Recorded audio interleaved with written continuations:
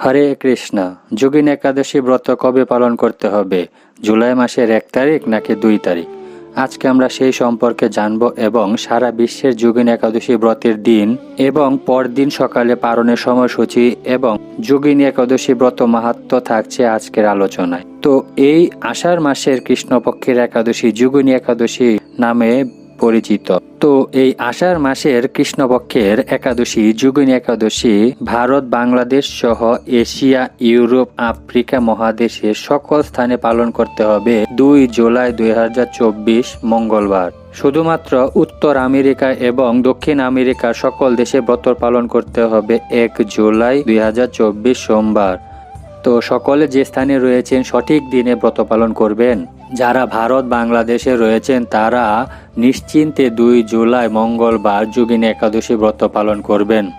আর সকলেই প্রতিটি একাদশী ব্রত পালন করবেন এবং একাদশী মাহাত্ম্য পাঠ ও শ্রবণ করবেন।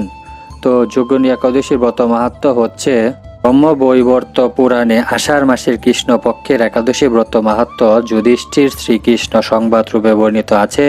যুধিষ্ঠির বললেন, হে বাসুদেব, আষাঢ় মাসের কৃষ্ণপক্ষিয়া একাদশীর মাহাত্ম্য কৃপাপূর্বক আমাকে বলুন।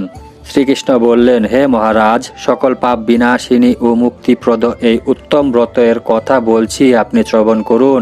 আষাঢ় মাসের কৃষ্ণপক্ষিয়া একাদশী যোগিনী নামে খ্যাত। মহাপাপ নাশকারী এই তিথি ভবসাগরে পতিত মানুষের উদ্ধার লাভের একমাত্র নৌকাস্বরূপ। ব্রত পালনকারীদের পক্ষে এটি সর্বশ্রেষ্ঠ ব্রত বলে প্রসিদ্ধ। এই প্রসঙ্গে আপনাকে একটি পবিত্র পৌরাণিক কাহিনী বলছি। অলকানগরে শিব ভক্ত পরায়ণ কুবের নামে এক রাজা ছিল। তিনি প্রত্যহ শিব পূজা করতেন। তার হেমমালী নামে একজন মালী ছিল। প্রতিদিন শিব পূজার জন্য মানস সরোবর থেকে সে ফুল তুলে যক্ষরাজ কুবেরকে দিত। বিশালাক্ষী নামে হেমমালের এক পরমা রূপবতী পত্নী ছিল। সে তার সুন্দরী পত্নীর প্রতি অত্যন্ত আসক্ত ছিল। একদিন সে তার স্ত্রীর প্রতি কামাসক্ত হয়ে পড়ল। রাজভবনে যাওয়ার কথা ভুলে গেল। বেলা 2 প্রহর অতীত হলো। অর্চনের সময় চলে যাচ্ছে দেখে রাজা ক্রুদ্ধ হলেন। মালির বিলম্বের কারণ অনুসন্ধানে এক দূত প্রেরণ করলেন। দূত এসে রাজাকে বলল সে গৃহস্ত্রীর সাথে আনন্দে মত্ত। দূতের কথা শুনে কুবের অত্যন্ত রেগে তখনই মালিকে তার সামনে হাজির করতে আদেশ দিল। এদিকে মালি কুবেরের পূজার সময় অতিবাহিত হয়েছে বুঝতে পেরে অত্যন্ত ভয় পেল। তাই স্নান না করে সে রাজার কাছে উপস্থিত হলো।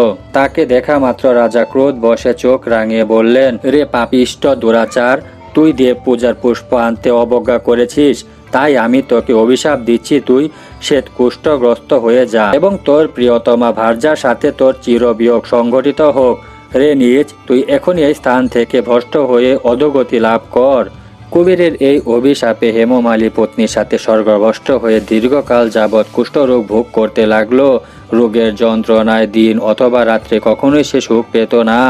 এভাবে শীত গ্রীষ্ম প্রচণ্ড বেদনায় বহু কষ্টে সে জীবনযাপন করতে লাগলো।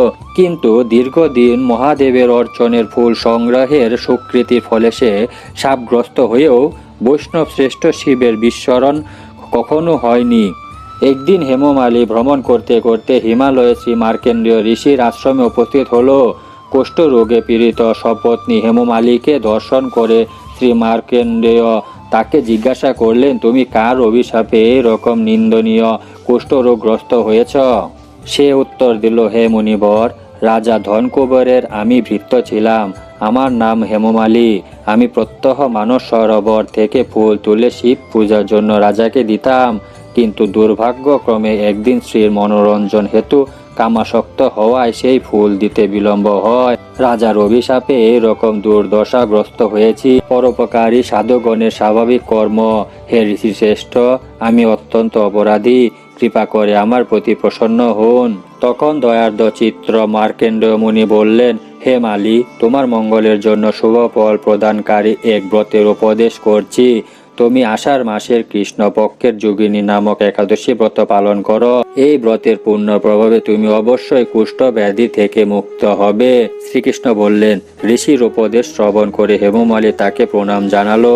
পরে অত্যন্ত আনন্দে ঋষির আদেশ মতো নিষ্ঠার সঙ্গে যোগিনী একাদশ ব্রত পালন করলো। এইভাবে হেমমালী সমস্ত রোগ থেকে মুক্ত হলো ও পত্নী সহ সুখে জীবনযাপন করতে লাগলো। হে মহারাজ যুধিষ্ঠির, আমি আপনার কাছে এই ব্রত উপবাসের মহিমা কীর্তন করলাম। এই ব্রত পালনে ৮৮,০০০ ব্রাহ্মণকে ভোজন করানোর ফল লাভ হয়। যে ব্যক্তি এই মহাপাপ বিনাশকারী ও পুণ্য ফল প্রদায়ী যোগিনী একাদশীর কথা পাঠ ও শ্রবণ করে সে অচিরেই সর্বপাপ থেকে মুক্ত হবে। তো এই হচ্ছে যোগিনী একাদশী ব্রত মাহাত্ম্য কথা। হরে কৃষ্ণ। এখন আমরা এই যোগিনী একাদশী ব্রতের সারা বিশ্বের ব্রতের তারিখ এবং পরদিন সকালে পালনের সময়সূচি প্রদান করছি।